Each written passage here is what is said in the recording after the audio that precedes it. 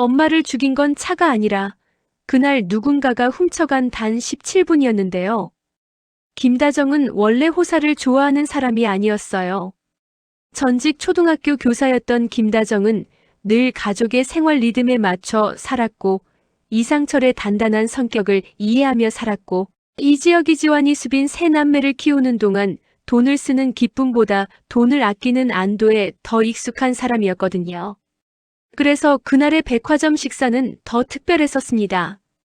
김다정은 조옥래에게도 친정아버지 김장수에게도 그리고 이수빈에게도 오늘만큼은 좀 누려보자라고 했는데요.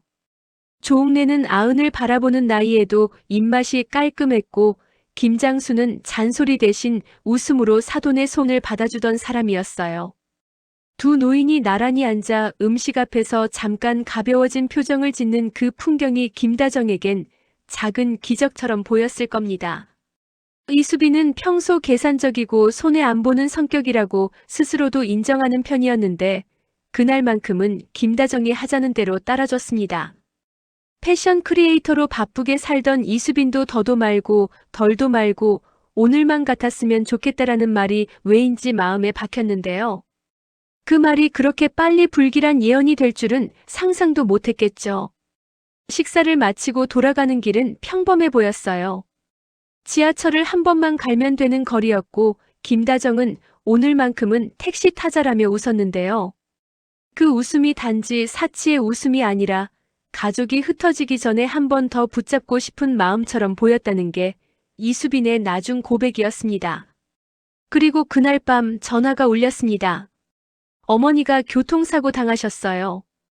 이수빈은 그 말을 이해하는 데 시간이 걸렸고 다음 순간엔 큰오빠에게 전화를 걸었어요. 오빠, 엄마 교통사고래. 의식이 없대. 그 목소리가 어디까지 갔는지 이지혁은 평생 잊지 못할 겁니다. 이지혁은 33살이었고 일도 잘하고 남들이 보기엔 뭐 하나 흠잡을 데 없는 사람이었는데요. 비혼주의라는 말로 감정을 정리해버리는 습관이 있었습니다. 사랑도 가족도 언젠가 아프게 할 것들이라면 아예 거리를 두자는 방식으로요. 그런데 그날은 달랐습니다. 엄마 김다정이 의식이 없다는 문장이 이지혁의 삶 전체를 흔들어 버렸거든요. 병원으로 달려가는 길에 이지혁은 이상철에게 전화했어요. 이상철은 61살 정년퇴직 후에도 여전히 정직과 책임감으로 자기 세계를 지탱하는 사람이었는데요. 아버지, 엄마 어디 병원이에요? 이상철은 잠깐 말이 막히더니 낮게 대답했어요. 응급실로 간다고 했어. 경황이 없더라. 그 순간 이지혁은 알았을지도 몰라요. 아버지 이상철이 흔들리고 있다는 사실을요. 이상철은 흔들릴 줄 모르는 사람처럼 살아왔는데 그날만큼은 정직이 아무 소용없는 현실 앞에 서 있었습니다. 이지환도 왔습니다. 이지환은 30살 박영나의 운전기사이자 보디가드로 일하면서도 한동안 연애 배신의 상처로 의욕을 잃어있던 사람이었는데요. 형 이지혁에게는 늘 장난치고 가볍게 굴어도 엄마 김다정을 지킬 때만큼은 누구보다 심장이 빨랐습니다. 이지환은 박영나에게 사정을 말하고 뛰쳐나왔고 박영나는 25살의 차분한 화가답게 고개만 끄덕였어요. 하지만 박영나는 그날 이후로 이지환이 그날의 시간에 집착하는 이유를 조금씩 이해하게 됩니다. 응급실은 차가웠고 말들은 더 차가웠습니다. 사망하셨습니다. 응급실 오셨을 때 이미 심정지 상태셨어요. 이 문장은 가족에게 끝을 알리는 말이었지만 이지혁에게는 달랐습니다. 이지혁은 진짜로 무너지는 사람이라기보다 무너짐을 분석하는 사람처럼 서 있었거든요. 심정지 상태였다는 말이 너무 빠르게 나왔고 너무 확정적이고 너무 익숙한 문장처럼 들렸습니다. 이수빈은 바닥에 주저앉아 제발, 제발을 반복했는데요. 그때 이지혁은 이수빈을 끌어안으면서도 속으로 생각했을 겁니다. 엄마는 오늘 낮에 분명 웃었는데 어떻게 이렇게 빨리 끝이 나지? 장례식장에는 사람들이 모였고 슬픔은 구조를 갖추기 시작했어요. 조옥래는 사돈 김장수의 손을 오래 잡고 있었고 김장수는 아내를 치매로 먼저 떠나보낸 사람답게 사람이 떠나는 건 늘 남는 사람의 숙제라고 조용히 말했는데요. 조옥래는 그 말에 끝내 울음을 터뜨렸습니다. 그리고 정순이가 왔습니다. 정순이는 65살, 지은호와 지강호의 엄마로 남편 사업 실패 뒤에 혼자 식당을 운영하며 살아낸 사람이었어요.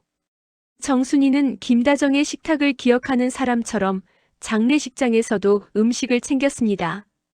다정이는 남의 밥 챙기는 거 좋아했잖아. 내가 오늘은 우리 다정이 목까지 챙길게. 이 말에 이지혁이 처음으로 고개를 숙였는데요. 이지혁의 눈물이 그제야 조금씩 현실이 됩니다. 지은호는 정순이 옆에서 조용히 서 있었습니다. 30살 카페 매니저이면서 인테리어 디자이너로 일하는 지은호는 해맑고 긍정적인 사람인데요. 하지만 이지혁 앞에 서면 유난히 말이 느려졌습니다. 대학 선후배 사이였고 지은호는 이지혁을 짝사랑해왔고 고백했다가 거절당했었죠. 그런데도 지은호는 장례식장 안에서 이지혁의 곁을 지켰습니다. 선배, 물이라도 좀 마셔요. 이지혁은 고개를 저으며 말했어요. 은호야, 지금은 내가 뭘 마시면 엄마가 돌아오는 것도 아니잖아. 딱 그 말에서 지은호는 알았을 겁니다. 이지혁이 비혼주의라는 말로 버텨오던 사람이 아니라 사랑도 가족도 너무 무서워서 멀리한 사람이었다는 걸요. 박성재도 왔습니다. 33살 박진석의 아들이자 본부장인 박성재는 이지혁의 절친이었고 늘 여유롭게 웃는 금수저처럼 보였지만 이지혁에게만큼은 꽤 진심이었어요. 박성재는 지은호를 짝사랑하고 있었고 그 마음을 숨기려 할수록 더 어색해졌는데요. 장례식장에서 박성재는 지은호를 잠깐 바라보다가 곧 이지혁에게 다가갔습니다. 혀가 필요하면 뭐든 말해. 이지혁은 그때 처음으로 박성재의 손을 잡았어요. 성재야, 너도 엄마 마지막 시간이 이상하다고 생각 안 해? 박성재의 눈빛이 아주 미세하게 흔들렸습니다. 그 흔들림이 이후에 지옥문을 여는 첫 신호였는데요. 며칠 뒤 이지혁은 김다정의 휴대폰과 가방을 정리하다가 면접 안내 메시지를 발견합니다.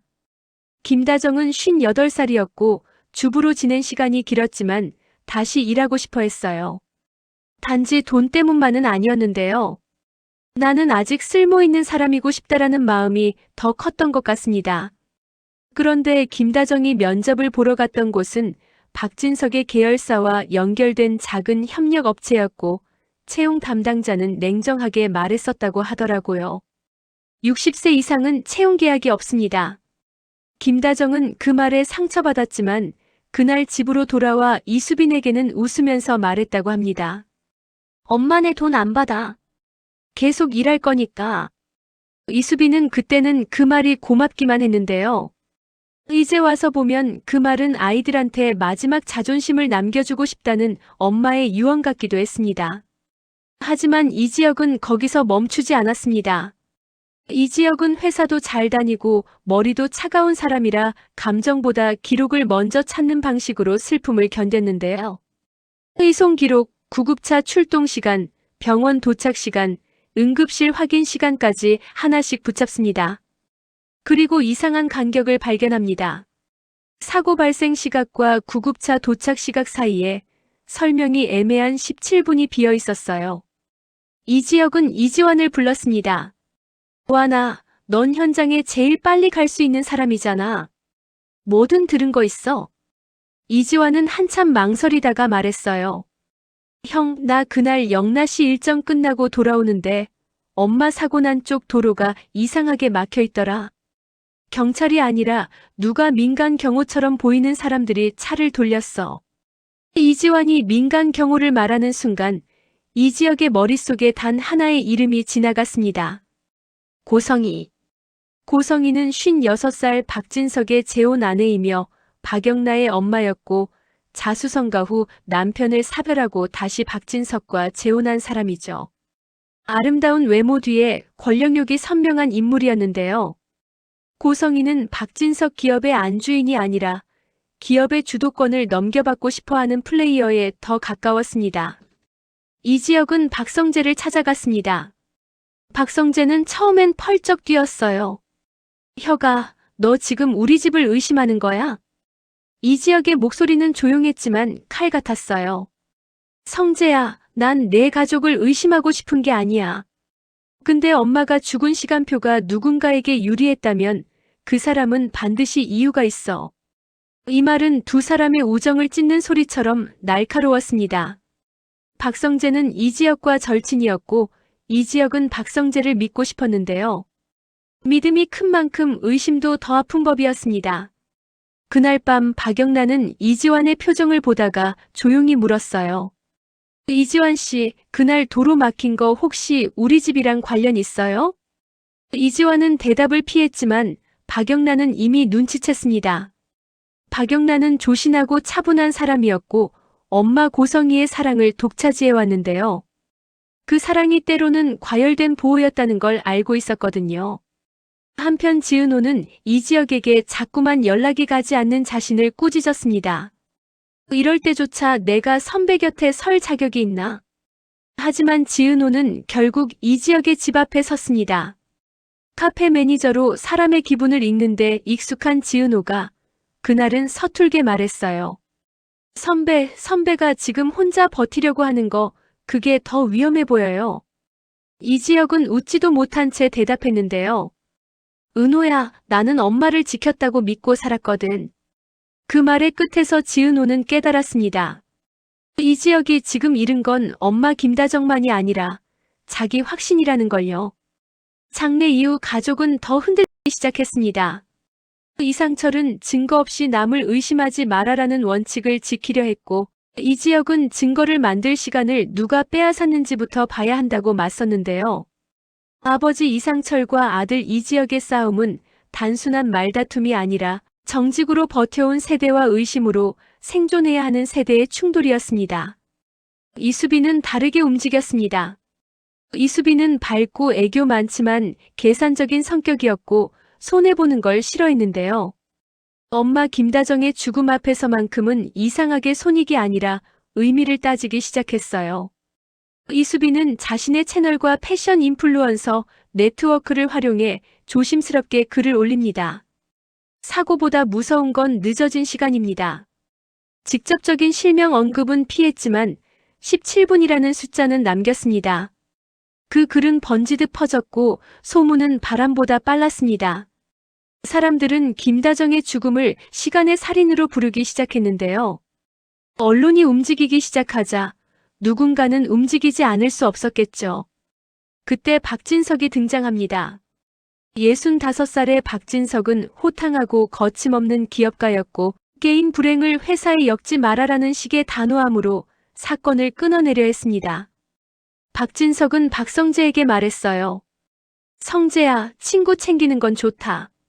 하지만 감정이 회사까지 흔들게 두진 마라. 박성재는 그 말이 아버지의 보호인지 명령인지 구분하지 못했는데요. 그 애매함이 박성재를 더 괴롭혔습니다. 그리고 고성희는 더 조용히, 더 깊게 움직였습니다.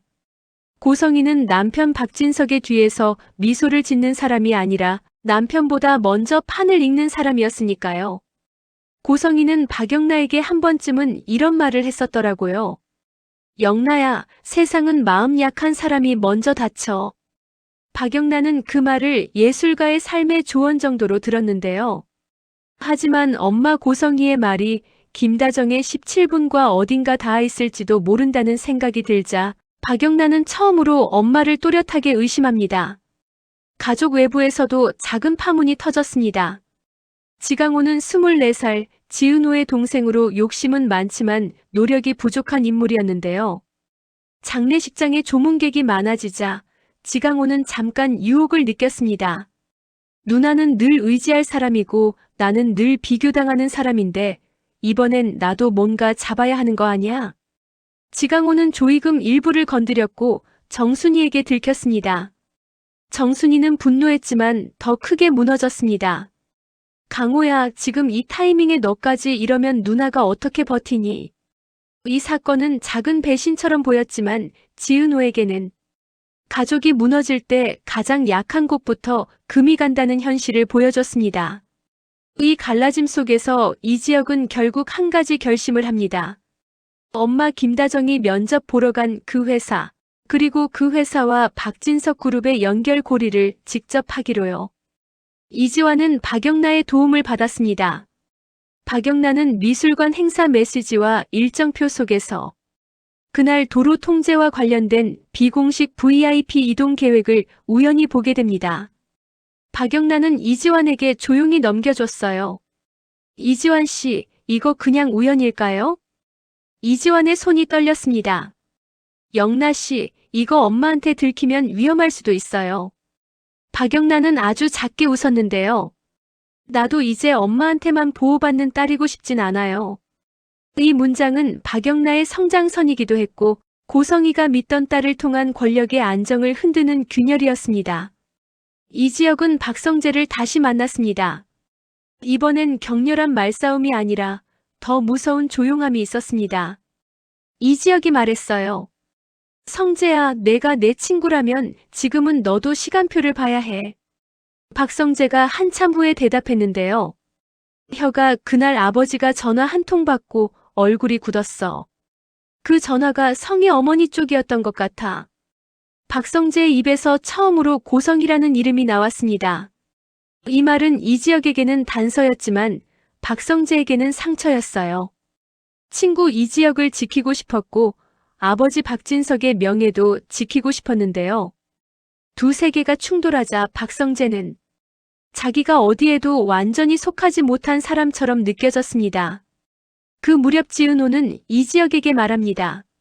선배, 진실이 선배를 살릴 수도 있지만 선배를 더 망가뜨릴 수도 있어요. 이지혁이 고개를 숙였어요. 나도 알아. 근데 엄마 김다정이 마지막에 혼자 17분을 버텼다면 그건 내가 평생 모른 척 못해. 그 말에 지은호는 조용히 대답했는데요. 그럼 나도 같이 버틸게요. 선배 혼자 두면 그건 또 다른 17분이 될 것 같아서요. 지은호의 말은 고백이 아니라 동행 선언처럼 담담했지만 이지혁의 마음 한쪽이 아주 미세하게 열렸습니다. 비혼주의라는 단어가 단단한 신념이 아니라 상처를 방어하는 갑옷이었다는 사실을 이지혁도 이제 부정하기 어려워졌겠죠. 이상철은 끝까지 버텨보려 했습니다.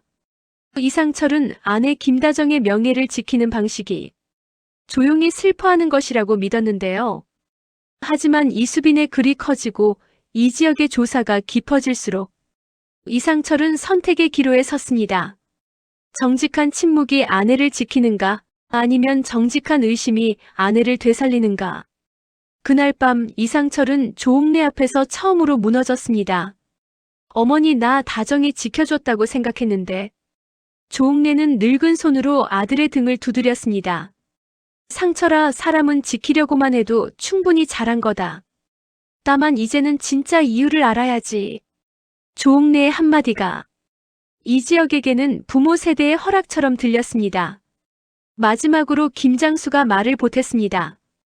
다정이가 그날 나한테 그랬다. 아버지, 나 아직 일할 수 있어요. 그 말이 자랑이었지 원망은 아니었어. 그러니까 남은 우리가 해야 할 건 하나야. 딸이 뭐에 부딪혔는지, 그리고 누가 시간을 밀어냈는지. 그렇게 가족은 하나로 다시 붙는 듯 보였는데요. 하지만 이 드라마가 쉬운 결말로 가지 않을 거라는 건 이미 분위기가 말해주고 있었습니다. 고성이는 자신이 조금씩 포위되는 걸 느꼈습니다. 그래서 고성이는 더 정교한 방식으로 박진석의 권력과 박영나의 순수함, 박성재의 애매한 충성심까지 한꺼번에 묶어 가족이라는 방패를 만들려 합니다. 그때 고성이가 선택할 카드는 아마도 두 가지 중 하나일 겁니다. 첫째, 김다정의 면접 기록을 단순 실수로 덮는 것. 둘째, 이지혁의 커리어를 흔들어 의심할 힘을 뺏는 것. 그리고 이지혁은 이제 알게 됐습니다. 엄마 김다정의 죽음은 사고의 진실만이 아니라 남겨진 사람들의 삶의 방식까지 바꾸는 사건이라는 걸요. 이수빈은 자신의 선택이 가족을 살릴 수도 더 위험하게 만들 수도 있다는 걸 알면서도 물러서지 않습니다. 이지환은 박영나와 함께 그날 도로 통제를 지시한 실무 라인을 추적할 겁니다.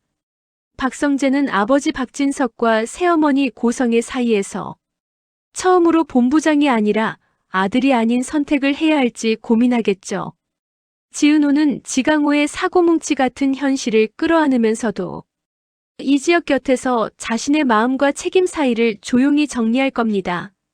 정순이는 또 한 번 가족을 지키기 위해 딸 지은호에게 흔들리지 않는 기둥이 되어줄 거고요. 그리고 이지혁은 엄마 김다정이 남긴 17분의 빈칸에 자기 인생의 방식으로 채우려 할 겁니다. 비혼주의라는 단어를 내려놓는다고 해서 삶이 쉽게 따뜻해지진 않겠지만 적어도 이지혁은 이제 사람을 사랑하면 이룰 수 있다는 사실을 알면서도 그 사랑을 선택하려는 사람으로 변해가고 있으니까요. 이야기의 끝에서 시청자는 아마 이런 질문을 붙잡게 될 겁니다. 김다정의 17분은 정말 누가 훔친 걸까? 고성희의 욕망이 만든 그림자였을까? 박진석의 조직이 만든 관성이었을까? 아니면 모두가 방관한 사회적 시간이었을까? 진실은 아직 하나로 모이지 않았습니다. 다만 확실한 건 김다정이 떠난 뒤 이 가족이 더 이상 예전의 평범한 하루로 돌아갈 수 없다는 사실이었는데요. 그리고 그 불가능이야말로 화려한 날들이 가장 잔잔하게, 가장 날카롭게 보여주려는 슬픔일지도 모르겠습니다. 그리고 문제가 더 무서워진 건 이지혁이 그 17분을 파고들수록 사람들의 태도가 슬픔에서 경계로 바뀌기 시작했다는 점이었는데요. 장례가 끝났는데도 집안 공기는 끝나지 않은 비처럼 눅눅했습니다. 이상철은 아내 김다정의 사진 앞에 매일 물을 갈아 놓았고 조옥래는 말없이 그 모습을 지켜봤어요. 조옥래는 상철이 평생 정직한 가장으로 살았다는 걸 누구보다 잘 아는 사람이었는데요. 그래서 조옥래는 아들의 침묵이 단순한 체념이 아니라 자기 인생 전체가 흔들리는 공포라는 걸 알아챘습니다. 이상철은 어느 날 밤 이지혁에게 조용히 말했어요. 지혁아, 너까지 흔들리면 우리 집은 끝이다. 이지혁은 답이 빨리 나오지 않았습니다. 아버지, 이미 끝난 게 아니에요. 엄마 김다정은 그냥 사고로 끝나면 안 되는 사람이었어요. 그 문장에 이상철이 눈을 감았는데요. 이상철은 정확한 증거가 나오기 전까지는 의심하지 않는 것이 사랑의 방식이라고 믿어왔던 사람이잖아요. 그런데 그날 이상철은 처음으로 깨달았을 겁니다. 의심을 하지 않는 것도 누군가에겐 폭력이 될 수 있다는 걸요. 이수빈은 더 현실적인 방식으로 흔들렸습니다.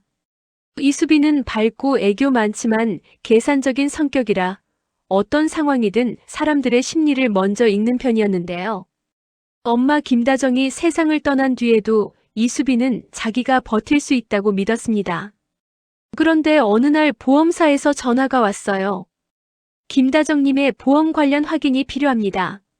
이수빈은 처음엔 별 생각 없이 받았는데요. 전화를 끊고 나서 서류를 확인하다가 손이 멈췄습니다. 수혜자 정보가 일부 변경돼 있었던 흔적이 남아 있었거든요. 이수빈은 숨을 크게 들이쉬고 이지혁에게 문자를 보냈습니다. 큰오빠 이거 이상해. 엄마 보험 서류에 수정 흔적 있어. 그날 저녁 이지혁이 지환 이수빈 세 남매가 거실에 앉았는데요. 엄마 김다정이 늘 앉던 자리만 비어 있어도 세 사람의 눈길이 자꾸 그쪽으로 흘렀습니다. 이지환이 먼저 말했습니다. 형, 나 솔직히 말할게. 그날 도로 막은 사람들이 진짜 경찰 같지 않았어. 딱 봐도 누가 돈 주고 움직인 느낌이었어. 이수빈이 바로 받았어요. 그럼 엄마 김다정이 누가 일부러 늦춘 거야? 이지환이 입술을 깨물었습니다. 나도 그게 무서운 거야. 이지혁은 말이 없었는데요. 이지혁은 감정이 없는 사람이 아니라 감정을 밖으로 꺼내기 전에 머릿속에서 먼저 구조를 세우는 사람이었거든요. 이지혁은 메모장을 꺼내 시간표를 새로 적기 시작했습니다. 사고 시각, 신고 시각, 구급차 배차 시각, 도착 시각, 병원 기록. 그리고 그 사이에 떠있는 17분을 동그라미로 크게 표시했어요. 이 공백이 보험이랑 연결될 수도 있어. 이 말에 이수빈이 얼굴이 하얘졌습니다.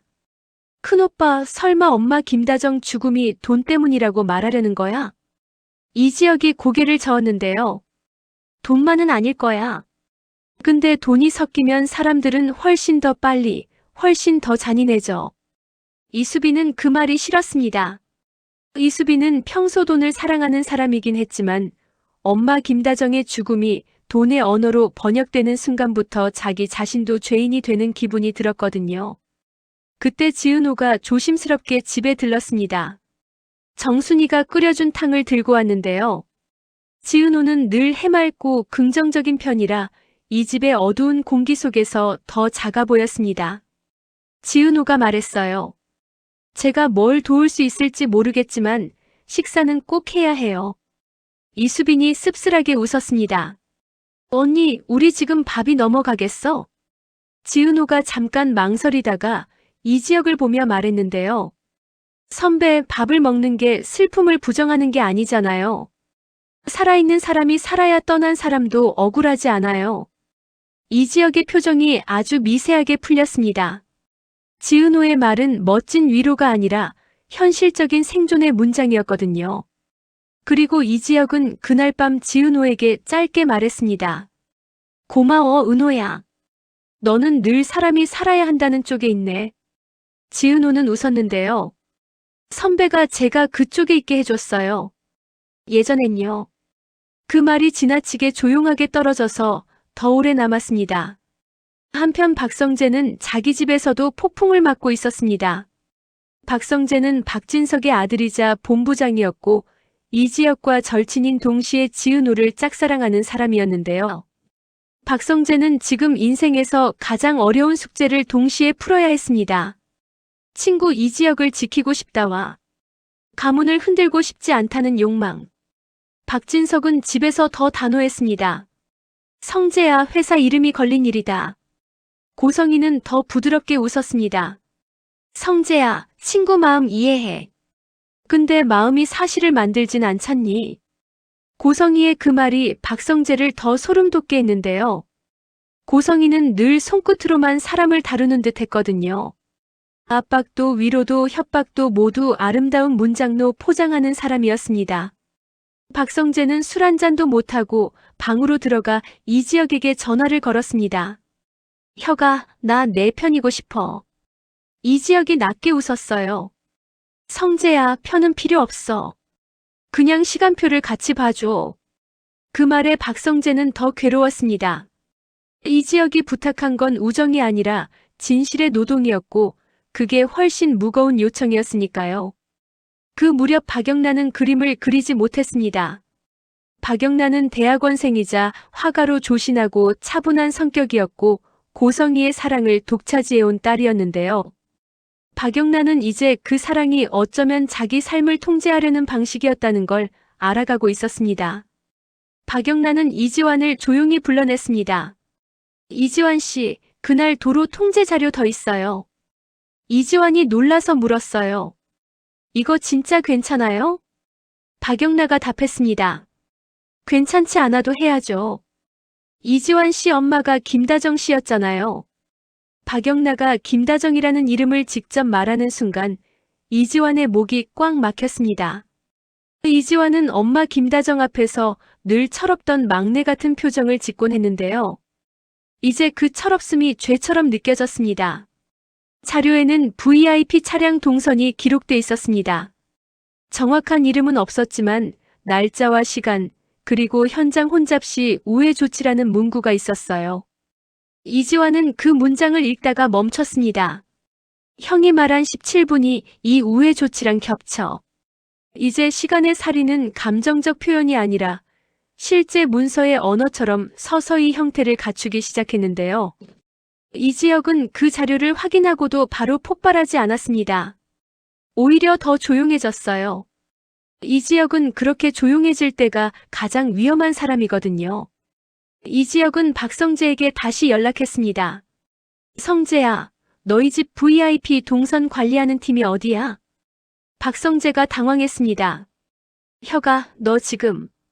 이지혁이 끊지 않고 말했는데요. 나는 엄마 김다정이 왜 그날 처음으로 백화점에서 웃었는지까지 지키고 싶어. 박성재는 그 문장에서 무너졌습니다. 친구 이지혁이 엄마 김다정을 말할 때마다 박성재는 자기가 어느 쪽에 서야 하는지 점점 더 분명해지는 느낌을 받았거든요. 박성재는 결국 짧게 말했습니다. 내가 알아볼게. 그 약속은 박성재에게 가문의 금기를 건드리는 첫발이었습니다. 그 사이 정순이는 지은호를 붙잡고 말했습니다. 은호야, 너는 그 집에 너무 깊이 들어가지 마라. 지은호가 조용히 웃었어요. 엄마, 저 지금 선배한테 들어가는 게 아니라 사람한테 들어가는 거예요. 정순이는 그 말이 얼마나 무서운지도 알면서 얼마나 따뜻한지도 알아서 더 말하지 못했는데요. 정순이는 한 번 실패한 가족을 혼자 끌고 온 사람이니까요. 사랑이 밥이 되지 못하는 순간을 누구보다 잘 아는 사람이었습니다. 문제는 지강호였습니다. 지강호는 24살 지은호의 동생으로 게으르고 불만이 많고 자격지심도 컸는데요. 지강호는 우연히 이수빈이 올린 글과 관련 커뮤니티의 소문을 보고 이 판에 돈 냄새가 난다고 착각합니다. 지강호는 이수빈에게 접근하려 했고 지은호가 막아섰습니다. 지강호, 너 제발 정신 차려. 지강호가 비웃었어요. 누나는 맨날 정의로운 척만 하잖아. 근데 세상은 정의로운 사람이 손해보고 끝나는 거야. 그 말은 지은호 입장에선 상처였지만 이상하게도 지은호는 단단해졌습니다. 지은호는 밝고 긍정적인 사람인데도 책임감이 강한 사람이잖아요. 지은호는 이제 알았거든요. 누군가의 슬픔이 시장이 되는 순간 진실이 더럽혀진다는 걸요. 이지혁은 병원 기록도 다시 요청했습니다. 응급실 기록만이 아니라 구급대 통화 기록과 이송 경로 기록까지요. 그 과정에서 이지혁은 한 명의 내부 인물을 만나게 됩니다. 구급대 배차를 담당했던 하청센터 직원이었는데요. 그 직원은 처음엔 겁에 질려 있었습니다. 저는 그냥 지시대로 했어요. 이지혁이 조용히 물었어요. 누가요? 직원이 삼켰던 숨을 내뱉었습니다. 윗선에서 현장 혼잡을 이유로 우회하라고. 그게 이상한 지시였어요. 그날은 원래 그쪽 도로가 막힐 이유가 없었거든요. 이 대목에서 이지혁은 웃지도 울지도 못했습니다. 원래 막힐 이유가 없었는데 막혔다. 이 한 문장이 17분을 사람의 의지로 바꾸는 순간이었거든요. 이지혁은 집으로 돌아와 이상철에게 말했습니다. 아버지, 이건 사고가 아니에요. 적어도 사고만은 아니에요. 이상철의 손이 떨렸습니다. 지혁아, 너 지금 그 말이 얼마나 큰지 알아? 이지혁이 고개를 끄덕였어요. 그래서 더 이상 미루면 안 돼요. 이상철은 그날 밤 잠을 못 잤습니다. 이상철은 평생 정직이 가족을 지키는 방패라고 믿어왔는데요. 그런데 이지혁의 말은 이상철의 인생을 뒤집는 선언이었습니다. 정직은 때로 진실을 기다리는 미덕이 아니라 진실 앞에서 발을 빼는 핑계가 될 수 있다. 이상철은 결국 조옥래와 긴 대화를 나눴습니다. 조옥래는 낮게 말했어요.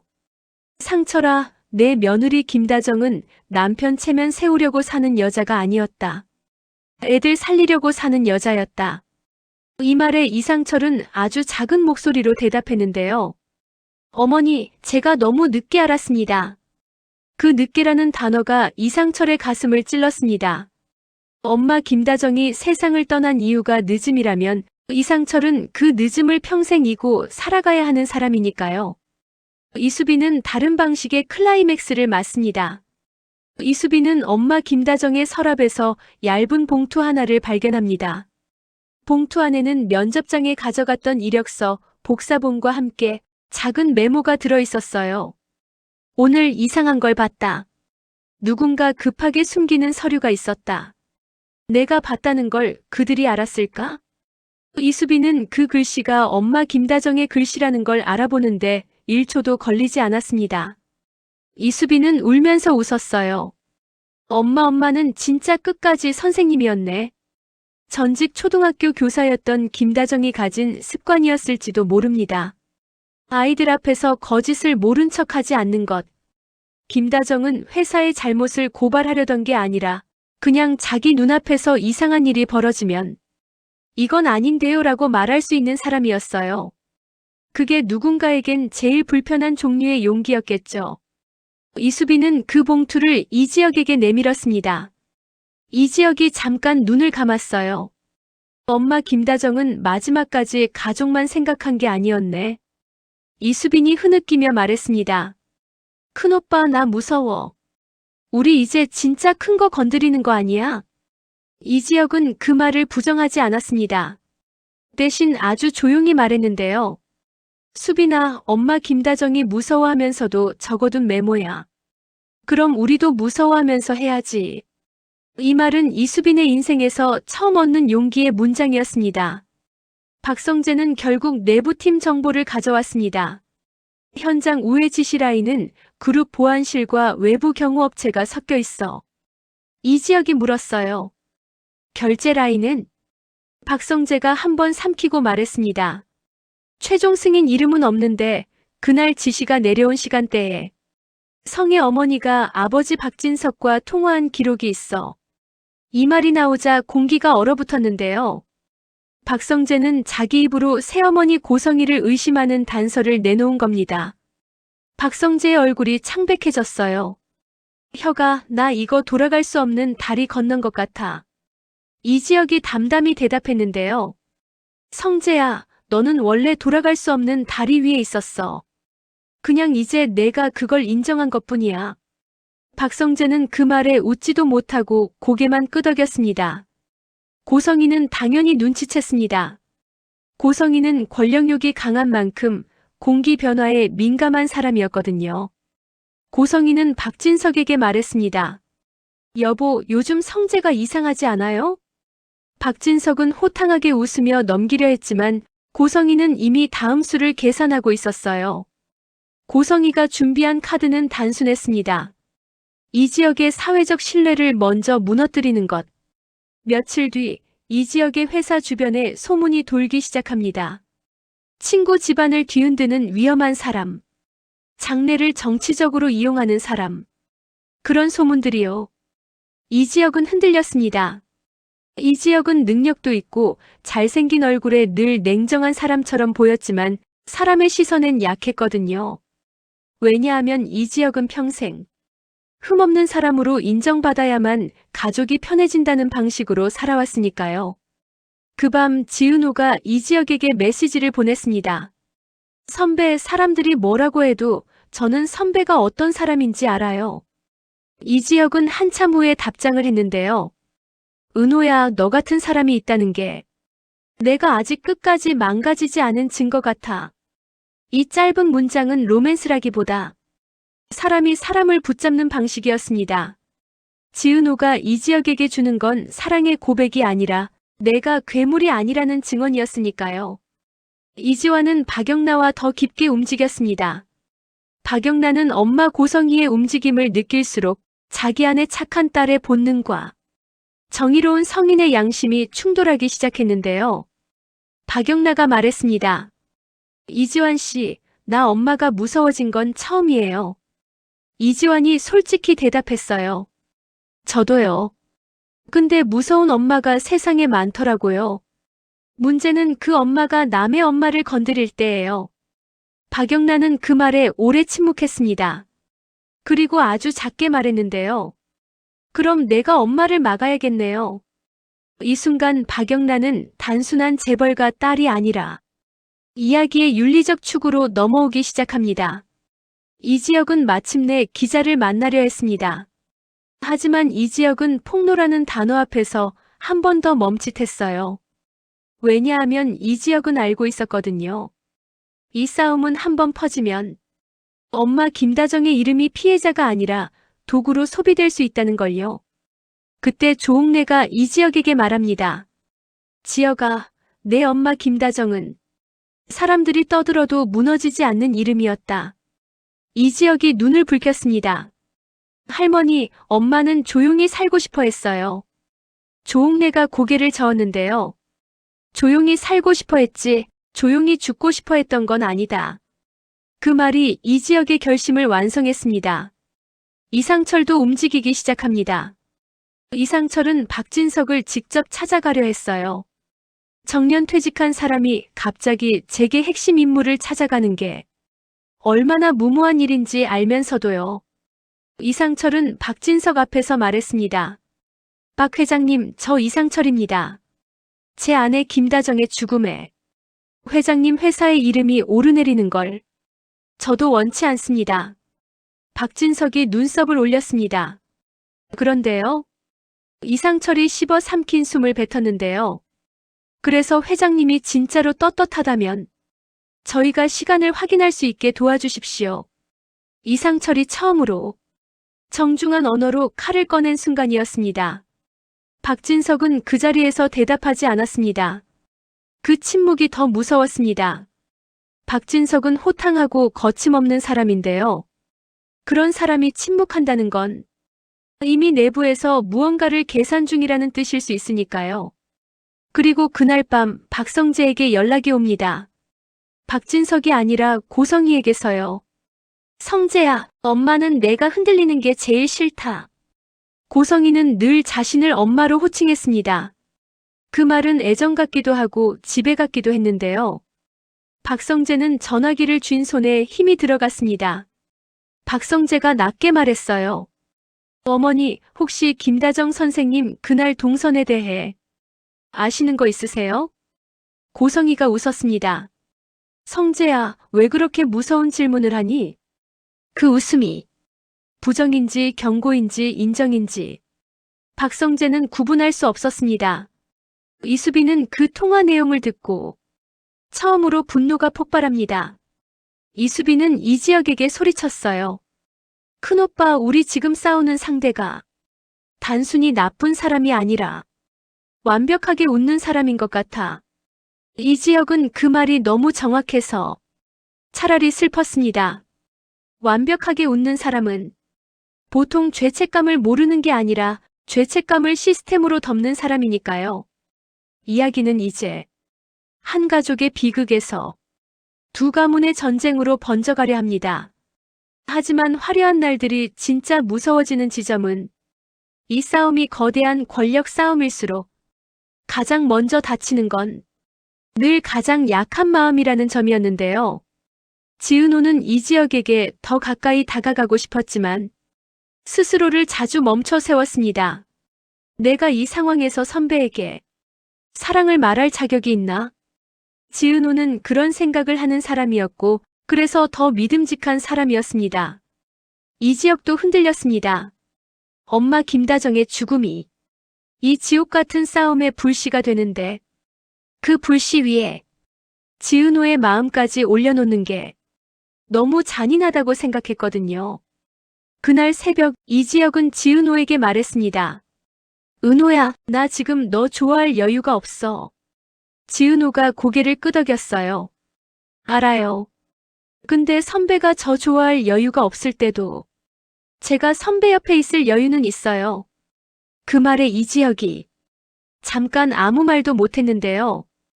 이게 사랑의 문장이라기보다 남겨진 사람을 버리지 않겠다는 약속이었기 때문입니다. 그리고 마지막으로 새로운 정보 하나가 가족을 다시 얼어붙게 합니다. 김다정이 사고 당일 백화점에 가기 전에 어딘가에 잠깐 들렀다는 카드 결제 기록이 나온 겁니다. 그 장소는 박진석 그룹의 협력사 근처 작은 문구점이었는데요. 전직 교사였던 김다정이 그 문구점에서 무엇을 샀는지 영수증엔 단 한 줄만 남아 있었습니다. 파일 홀더 1개. 이지혁은 그 영수증을 들고 한참 움직이지 못했습니다. 엄마 김다정은 그날 면접만 보러 간 게 아니라 무언가를 정리하고 무언가를 들고 무언가를 지키려 했던 사람일지도 모른다는 뜻이니까요. 이지환이 속삭이듯 말했어요. 형, 엄마 김다정이 그 파일에 뭘 넣었을까? 이수빈이 울먹이며 덧붙였습니다. 엄마는 우리를 지키는 방식으로 세상을 건드린 걸까? 그리고 이지혁은 영수증을 천천히 접으며 말했는데요. 이제부터는 엄마 김다정의 마지막 17분이 아니라 엄마 김다정의 마지막 선택을 찾아야 해. 이 말과 함께 이 가족의 싸움은 다음 단계로 넘어갑니다. 시간이 빼앗긴 죽음에서 의도가 숨겨진 삶으로요. 하지만 그 순간 시청자는 또 하나의 질문을 품게 되겠죠. 김다정이 들고 있던 파일은 누군가에게 협박이었을까, 누군가에게 구원이었을까? 그리고 그 파일을 이미 누군가가 먼저 가져간 건 아닐까? 답은 아직 없습니다. 다만 확실한 건 고성희도 이제는 이 이름을 그냥 지나치지 못할 거라는 사실이었는데요. 김다정. 조용히 살고 싶었지만 조용히 사라지지는 못한 이름. 그 이름이 박진석의 집안을, 고성희의 야망을, 박성재의 충성심을, 박영나의 순수함을, 그리고 이 지역의 인생을 조용하지만 확실하게 흔들기 시작합니다. 그리고 이 지역은 이제 비혼주의라는 갑옷을 완벽하게 벗지 못해도 상관없다고 생각하게 됩니다. 엄마 김다정이 남긴 시간표는 혼자 살라는 경고가 아니라 혼자 두지 말라는 부탁처럼 느껴지기 시작했거든요. 그 부탁이 지은호를 이 지역 곁으로 더 끌어당기고 이지환을 박영나와 함께 위험한 진실로 이끌고 이수빈을 계산적 생존에서 가족의 전략가로 바꾸고 이상철을 정직한 침묵에서 정직한 맞섬으로 움직이게 합니다. 이제 남은 건 그 파일의 행방과 그날 도로를 막은 손의 정체와 그리고 고성희가 이 싸움을 끝내기 위해 어떤 두 번째 시간을 훔치려 할지입니다. 그때 이 지역은 또 한 번 선택해야 하겠죠. 진실을 밝히는 순간 친구 박성재를 잃을 수도 있고 지은호를 위험에 빠뜨릴 수도 있고 아버지 이상철이 평생 지켜온 가족의 체면이 무너질 수도 있습니다. 하지만 이 지역은 이제 그 모든 대가를 떠올리면서도 결국 이렇게 말할 것 같아요. 엄마 김다정이 무서워하면서도 기록을 남겼다면 그건 누군가가 다음 사람은 멈추길 바랐다는 뜻이야. 근데 나는 엄마 김다정의 아들이니까 멈추지 않을 거야. 이 말이 다음 회의 문을 여는 가장 잔잔하고도 가장 치명적인 선언이 될 겁니다. 그리고 그 파일 홀더 한 장이 김다정의 죽음을 사고에서 선택의 결과로 바꿔놓기 시작했는데요. 이 지역은 영수증을 손바닥에 올려놓고 한참을 움직이지 못했습니다. 파일 홀더 한 개. 문구점. 사고 당일. 엄마 김다정이 백화점에 가기 전 들렀던 곳. 이 지역은 이상철을 바라봤고 이상철은 그 시선을 받아내지 못한 채 고개를 숙였어요. 이상철은 평생 정직하게 살면 길이 생긴다는 문장으로 가족을 지켰다고 믿었는데요. 아내 김다정의 마지막 동선 앞에서 그 문장이 너무 가벼워 보인다는 사실이 이상철을 더 아프게 했습니다. 이수빈이 먼저 입을 열었어요. 큰오빠 엄마 김다정이 그날 뭘 정리하려고 했던 걸까? 이지환이 조용히 덧붙였고요. 형, 우리 문구점 가보자. 영수증이 있으니까 사장님 얼굴 기억할지도 몰라. 세 남매가 문구점에 갔을 때 사장님은 생각보다 또렷하게 김다정을 기억했습니다. 아, 그 선생님 같은 분이요? 아주 정중했어요. 파일 홀더 사면서 이거 혹시 복사도 좀 할 수 있나요? 라고 물어보셨거든요. 이 지역에 눈이 번뜩였어요. 복사요? 네. 무슨 서류 몇 장을 들고 계셨어요? 급하다고 하시더라고요. 문구점 안에 작은 복사기와 낡은 CCTV는 그날의 시간을 아주 조금 되돌려줬습니다. 영상 속 김다정은 혼자였고 손에 들린 종이는 두툼하지 않았습니다. 그런데 이상했던 건 김다정이 복사를 마치고도 한 번 더 가방을 열어 종이를 다시 확인하는 모습이었어요. 마치 이걸 정말 내가 가져도 되는 걸까라고 스스로에게 묻는 얼굴 같았다고요. 이 지역은 문구점 사장님에게 조심스럽게 물었습니다. 혹시 그 서류에 회사 로고 같은 게 보였나요? 사장님이 머뭇거리다가 말했어요. 박이라는 글자가 크게 있던 것 같아요. 정확하진 않지만요. 그 순간 박성재의 얼굴이 떠오르는 게 싫어서 이 지역은 입술을 더 세게 깨물었습니다. 이지혁은 절친 박성재를 의심하고 싶지 않았고 동시에 엄마 김다정의 마지막 17분을 외면하고 싶지 않았습니다.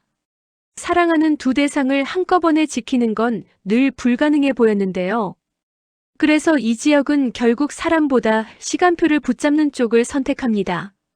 이지혁은 박영라에게서 받은 VIP 동선 자료와 문구점 복사 사실을 연결하기 시작했어요.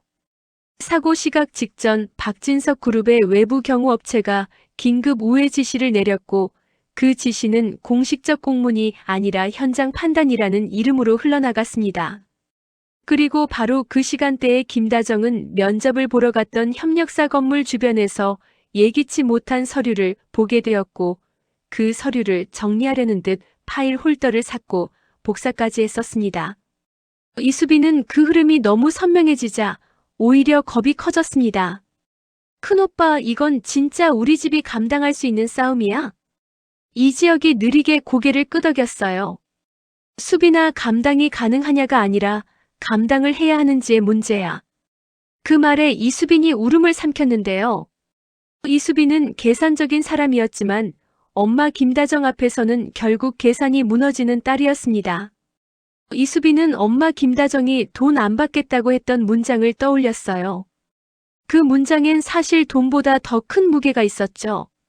나는 너희가 나를 걱정할까봐 내가 먼저 단단해질게. 그런 마음이었으니까요. 이상철도 집에서 더 이상 가만히 있을 수 없게 됐습니다. 이상철은 박진석을 다시 찾아갔는데요. 이번엔 정중한 부탁이 아니라 정직한 요구에 가까운 얼굴이었습니다. 박 회장님, 제 아내 김다정이 그날 어떤 서류를 받는지 알고 싶습니다. 그리고 그날 왜 현장 우회가 필요했는지도요. 박진석은 여전히 호탕한 목소리를 유지하려 했지만 그 호탕함 뒤에 아주 미세한 피로가 묻어났습니다. 이 선생, 회사는 복잡해. 현장 판단이 사람을 살릴 때도 있어. 이상철이 낮게 말했어요. 그 현장 판단이 제 아내를 살리지 못했습니다. 이 한 문장으로 대화는 끝났습니다. 박진석은 대답하지 못했고 고성희는 멀리서 그 장면을 지켜보고 있었습니다. 고성희는 늘 권력욕이 강한 사람으로 보였지만 그 권력욕의 뿌리가 무엇이든 지금 이 상황은 고성희에게 분명한 위협이었어요. 고성희가 필요로 하는 건 비밀의 제거가 아니라 비밀의 통제였으니까요. 그리고 고성희는 아주 고성희다운 방식으로 움직였는데요. 폭발이 아니라 미소, 싸움이 아니라 관계, 협박이 아니라 보호의 얼굴로요. 고성희는 박성재를 따로 불렀습니다. 성재야, 너 요즘 친구 이지혁 때문에 힘들지? 박성재가 굳은 얼굴로 대답했어요. 어머니, 제가 힘든 게 중요한 게 아니잖아요. 고성희가 손끝으로 찻잔을 살짝 돌리며 말했는데요. 중요해. 왜냐면 너는 우리 집 다음을 책임질 사람이니까. 그 말은 칭찬처럼 들리지만 동시에 줄이기도 했습니다. 박성재는 그 줄을 느꼈습니다. 어머니, 그날 우회지 씨 혹시 어머니가 아시는 게 있나요? 고성희는 눈 하나 깜빡이지 않고 웃었습니다. 성재야, 너는 참 착해. 근데 착한 질문이 항상 착한 결과를 만들진 않아. 박성재는 그 웃음이 무너지는 소리를 들었어요. 고성희의 말은 부정도 긍정도 아니었습니다. 그건 너는 이제 여기까지라는 경계선이었죠. 그날 밤 박성재는 이지혁에게 연락을 했습니다. 혁아, 내가 너한테 줄 수 있는 게 있다. 둘은 조용한 곳에서 만났고 박성재는 USB 하나를 건넸습니다. 아버지, 박진석 쪽 정식 문서는 아니야. 근데 경호업체 내부 메신저 로그야. 우회 지시가 상부 요청이었다는 문장이 있어. 이지혁의 손이 아주 잠깐 떨렸습니다. 상부가 누구야? 박성재가 눈을 감고 말했는데요. 이 로그에는 이름이 없어. 근데 시간대가 성희 어머니가 외부 투자자랑 만났던 시간과 겹쳐. 박성재의 고백은 배신이 아니라 절규처럼 들렸습니다. 박성재도 알았던 거죠. 자기가 사랑하는 집과 자기가 지키고 싶은 친구가 같은 시간 안에서 서로를 찌르고 있다는 걸요. 이지화는 이 소식을 듣고 박영라에게 달려갔습니다. 박영나의 얼굴에 처음 보는 분노가 있었습니다. 이지환 씨, 엄마가 진짜로 그랬다고요? 이지환이 고개를 저었습니다. 아직 진짜는 몰라요. 근데 엄마 고성애 씨가 의심받는 이유는 분명해요. 박영란은 손을 꽉 쥐었는데요. 박영란은 그동안 엄마 고성희의 사랑을 독차지해온 딸이었고 그 사랑이 자기에게만 따뜻하다는 사실로 은근한 안정을 얻어왔던 사람이었거든요. 하지만 이제 박영란은 알게 됩니다.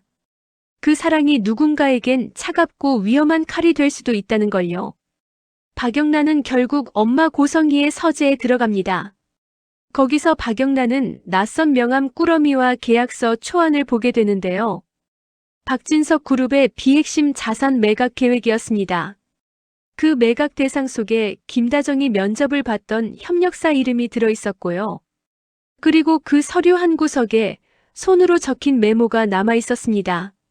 면접자 중 교사 출신 주의. 현장 통제 일정 공유 금지. 박영나의 숨이 멎었습니다. 이 메모는 사고 이후에 만든 방어 서류가 아니라 사고 이전에 이미 누군가가 불편함을 느꼈다는 증거였으니까요. 박영나는 그날 밤 이지환에게 문서를 넘기면서 말했어요. 이지환 씨, 나 이제 엄마가 무서워요. 근데 더 무서운 건 내가 엄마를 여전히 사랑한다는 거예요. 이지환은 잠깐 말이 없었습니다. 이지환은 연애 배신 때문에 의욕을 잃었던 사람이지만 그런 상실감이 오히려 사랑이 단번에 끊어지지 않는 감정이라는 걸 잘 알게 해줬던 사람입니다. 영나 씨, 사랑이 남아있는 건 죄가 아니에요. 근데 진실을 외면하는 사랑은 남의 엄마를 또 죽일 수도 있어요. 박영란은 고개를 끄덕였습니다. 그리고 그 고개는 고성희의 세계에서 빠져나오는 작은 탈출 선언이었습니다. 이 지역은 이제 파일의 실체를 좁혀갑니다. 문구점 CCTV, 박영나의 서재 메모, 경호업체 로그, 그리고 김다정이 남긴 짧은 메모. 모든 조각은 하나의 그림을 향해 움직였는데요. 그 그림은 거창한 음모라기보다 권력을 지키기 위한 일상적 폭력에 가까워 보였습니다. 고성희가 외부 투자자와의 거래를 성사시키기 위해 그날 단 한 번의 VIP 이동을 최우선으로 두었고 그 우선순위가 도로를 막았고 도로가 막히는 동안 김다정의 구급차가 정상 경로를 벗어나 우회했고 그 우회가 17분을 만들었습니다. 이건 누군가가 김다정을 직접 죽이려는 작정으로 계획한 살인이 아닐 수도 있습니다. 하지만 이 지역이 보기엔 그게 오히려 더 잔인했는데요. 사람을 죽이려는 의지가 아니라 사람을 살리려는 의지가 없었다는 것. 그 무관심이 계급이 되고 시스템이 되고 권력이 되는 순간이요.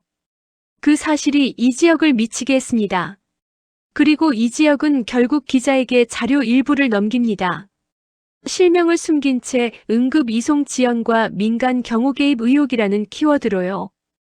기사의 파장이 시작되자 박진석은 격노했고 고성희는 부드러운 미소로 위기를 관리하려 했고 박성재는 본부장으로서 공식 대응을 맡으면서도 친구 이지혁에게 비밀스럽게 한 줄을 보냈습니다. 혁아, 너 혼자 맞지 마. 이제는 내가 같이 맞을게. 이 메시지는 박성재가 처음으로 아들이나 본부장이 아닌 친구의 선택을 한 순간이었습니다. 이수빈은 또 다른 심리적 클라이맥스를 맞습니다. 이수빈의 채널에 악성 댓글과 루머가 쏟아졌고 유가족이 조회수 장사한다는 프레임이 더 씌워지기 시작했는데요. 이수빈은 무너지려다가 김다정의 사진 앞에서 혼잣말을 했습니다. 엄마, 나 진짜 계산적인 딸이었지. 근데 이번만큼은 계산 안 하고 엄마 편들게. 이수빈은 영상 하나를 올립니다. 엄마 김다정이 무엇을 꿈꿨는지, 어떤 교사였는지, 왜 다시 일하고 싶어 했는지, 그리고 그날 백화점에서 왜 웃었는지를 담담히 이야기하는 영상이었어요.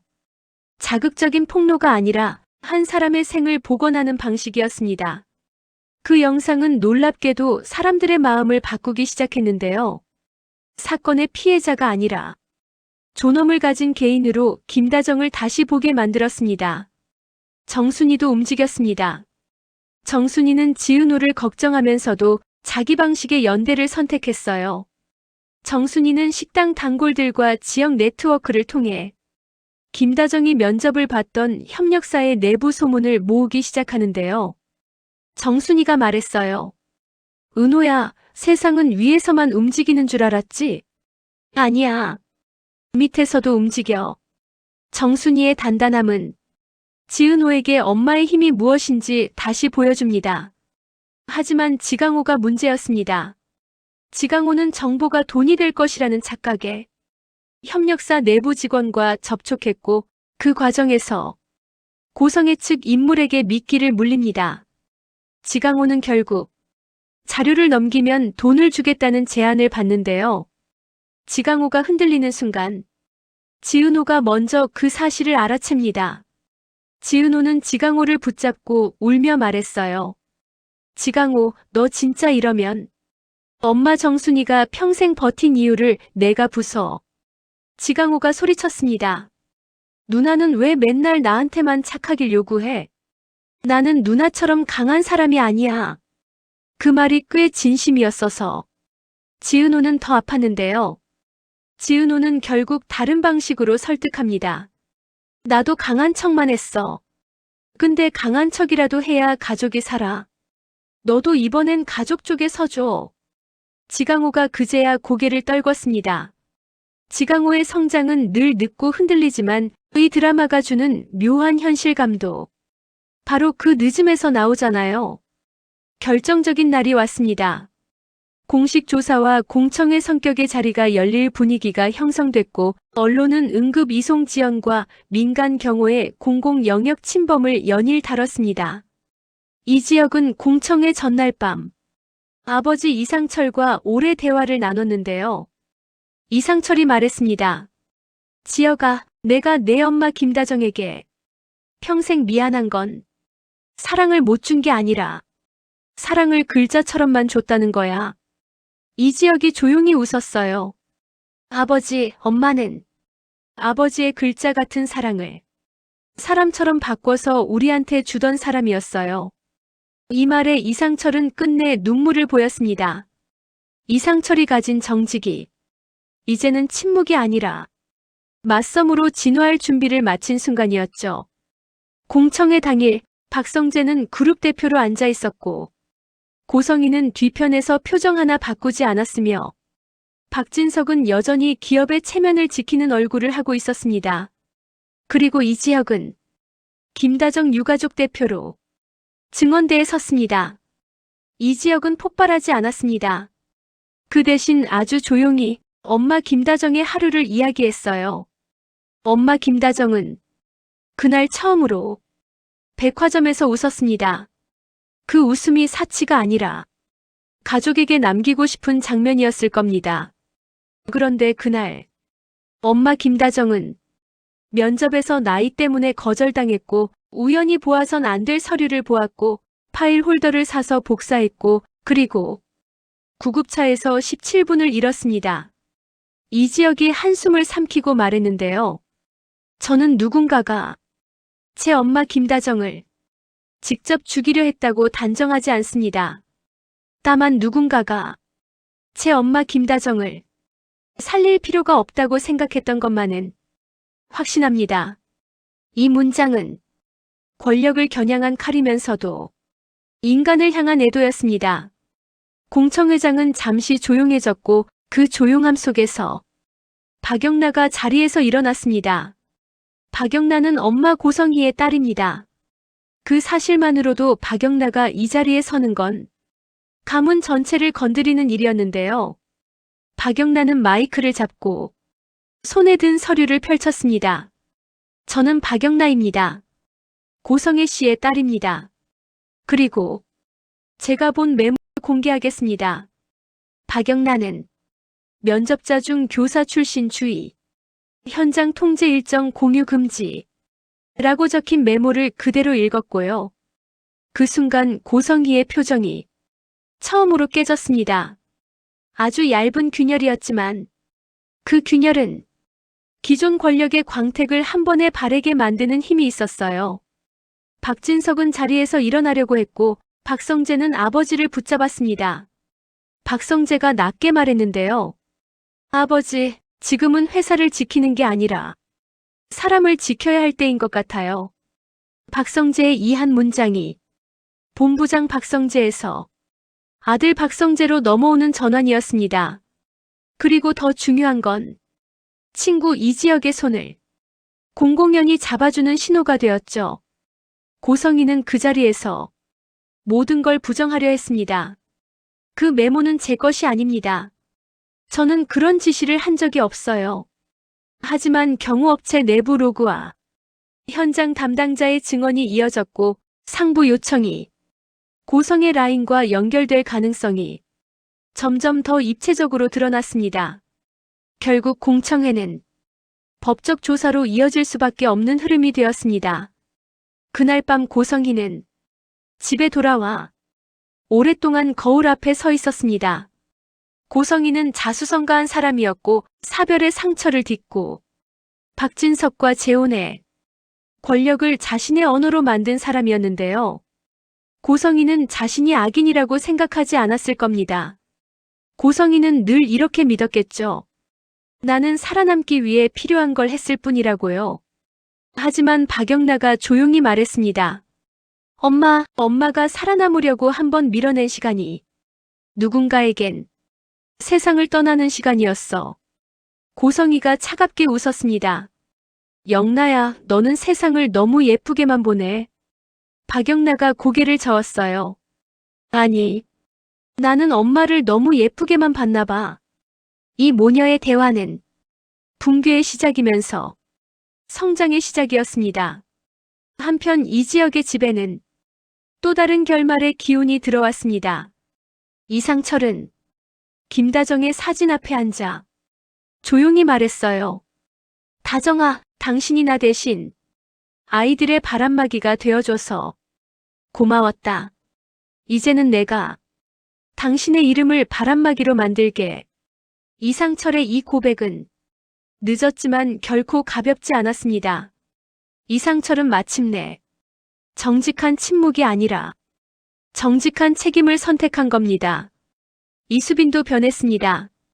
이수빈은 여전히 계산적일 거예요. 하지만 이제 이수빈의 계산은 자기 이익만이 아니라 가족의 존엄을 지키는 전략으로 확장됩니다. 이수빈은 엄마 김다정의 영상 이후 수많은 응원 메시지를 받으며 처음으로 사람들이 돈 없이도 진심으로 움직일 수 있다는 사실을 체감했거든요. 이지화는 박영나와의 관계 속에서 새로운 의욕을 되찾습니다. 연애 배신으로 멈춰있던 마음이 진실을 지키는 동행이라는 형태로 다시 박동하기 시작했는데요. 이지화는 말했습니다. 영나 씨, 우리가 이걸 다 밝히면 당신은 엄마를 잃을지도 몰라요. 박영나가 조용히 대답했어요. 잃는 게 아니라 다시 보는 거겠죠. 엄마도 사람이니까. 그 말이 이지환을 더 깊게 붙잡았고요. 지강호는 결국 고성애 측 인물의 제안을 거절합니다. 지강호는 완벽한 사람으로 변하진 않겠지만 이번만큼은 어른이 되는 방향으로 한 발을 옮겼습니다. 정순이는 그 사실을 듣고 아들의 등을 한 번 세게 쳤지만 그 손끝에 숨길 수 없는 안도가 묻어났습니다. 그리고 여기서 이 이야기의 마지막 조용한 반전이 나오는데요. 고성의 단독의 판단이 아니라 그날 현장 우회 판단에 병원 내부의 한 사람도 얽혀 있었다는 정황이 드러납니다. 응급실 기록을 정리하던 익명의 의료진이 라라는 코드로 불리며 서류 흐름을 일부 단축하거나 표현을 바꾼 흔적이 발견되는 겁니다. 이건 고성희의 죄를 희석시키는 장치가 아니라 권력과 시스템이 손잡을 때 한 사람의 죽음이 얼마나 쉽게 관리되는지를 보여주는 장치에 가깝습니다. 이지혁은 이 사실을 듣고 오히려 더 무너졌습니다. 엄마 김다정은 한 사람의 욕망이 아니라 여러 사람의 편애 속에서 사라졌을 수도 있겠네. 이 말은 복수의 불꽃보다 더 깊은 허물을 품고 있었습니다. 하지만 이상철이 이지혁의 어깨를 잡고 말했어요. 지혁아, 그래도 너는 엄마 김다정의 이름을 편의로 만들지 않았잖아. 그 문장이 이지혁을 다시 일으켰습니다. 최종적으로 고성희는 조사와 기소의 문턱에 서게 되고 박진석은 기업의 구조적 책임을 인정하는 대국민 사과문을 준비하게 됩니다. 완벽한 정의는 아니었고 완벽한 복수도 아니었지만 이 드라마는 처음부터 완벽한 결말을 약속하지 않았던 이야기였죠. 대신 사람들이 어떻게 다음 날을 살아내는지를 끝까지 보여주는 방식이었습니다. 엔딩에 가까워질수록 집안은 조금씩 회복됩니다. 조옥래는 김장수와 함께 김다정의 사진을 다시 정리하며 말합니다. 다정이가 살아있을 때는 우리 둘이 이렇게 웃을 일이 없었는데. 김장수가 고개를 끄덕였어요. 사람은 떠나고 나서 남은 사람을 묶어주는 법이야. 두 노인의 대화는 슬픔을 낭만으로 바꾸지 않으면서도 삶은 계속된다는 사실을 조용히 확인시켜줍니다. 이수빈은 엄마 김다정의 이름으로 작은 장학 프로젝트를 시작합니다. 나이와 상관없이 다시 시작하려는 여성들을 위한 지원. 이라는 문장이 이수빈의 삶에도 새로운 방향을 만들어줬습니다. 이지화는 박영나와 함께 박영나의 첫 개인전 준비를 돕습니다. 박영나는 그림에 늦어진 시간을 주제로 올리고 이지화는 그 그림 앞에서 처음으로 엄마 김다정에게 죄책감이 아니라 존경의 감정을 떠올립니다. 박성재는 본부장 자리에서 어느 정도 물러나 실질적인 내부 개혁 라인을 맡습니다. 박성재는 이지혁에게 말했어요. 혁아, 너희 엄마 김다정이 본 걸 이제는 내가 제대로 정리해 볼게. 이지혁이 고개를 끄덕였는데요. 성재야, 너도 너희 집의 피해자일 수 있어. 근데 너는 지금 그 피해를 책임으로 바꾸고 있네. 이 대화는 두 남자의 우정을 새로운 무게로 재정의합니다.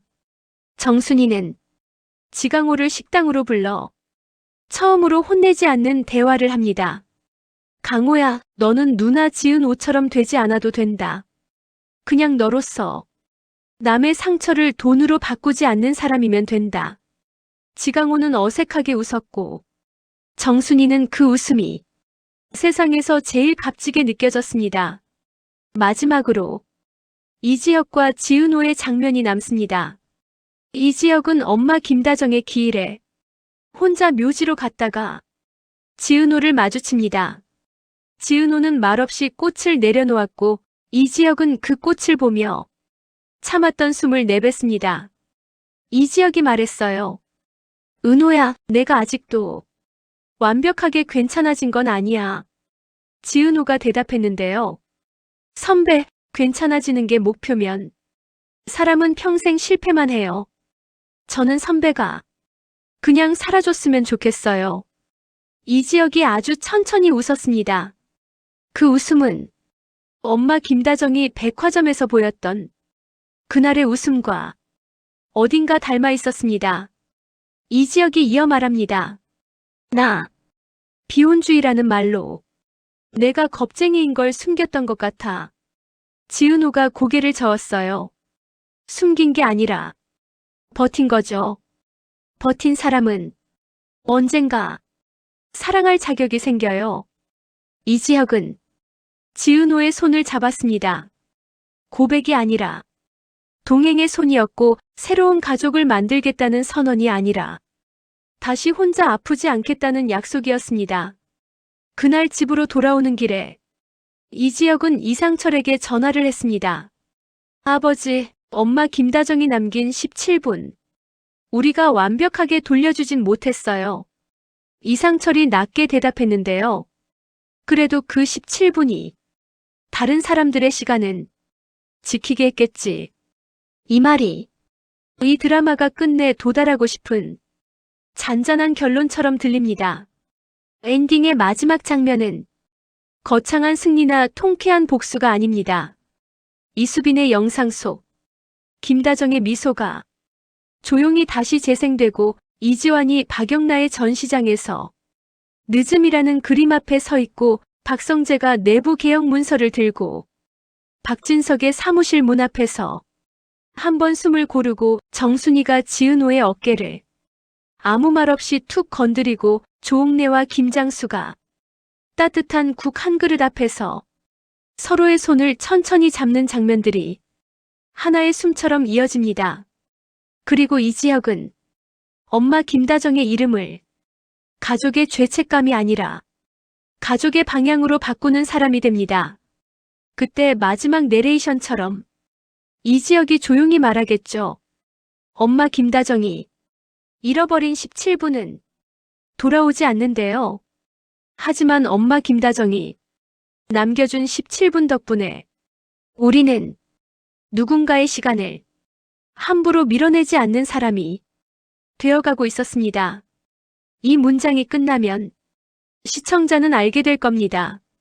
화려한 날들이 말하는 화려함은 돈도 권력도 완벽한 사랑도 아니었습니다. 가장 평범한 하루를 끝까지 지키려는 사람들이 느리고 서툴고 하지만 결국 사람을 살리는 선택. 그게 이 드라마가 긴 여운으로 남기는 진짜 화려한 날들이었겠죠. 드라마는 다음을 기약하며 막을 내렸습니다. 오늘도 함께 해주셔서 고마워요. 다음 이야기도 궁금하시다면 구독과 좋아요 꼭 눌러주세요.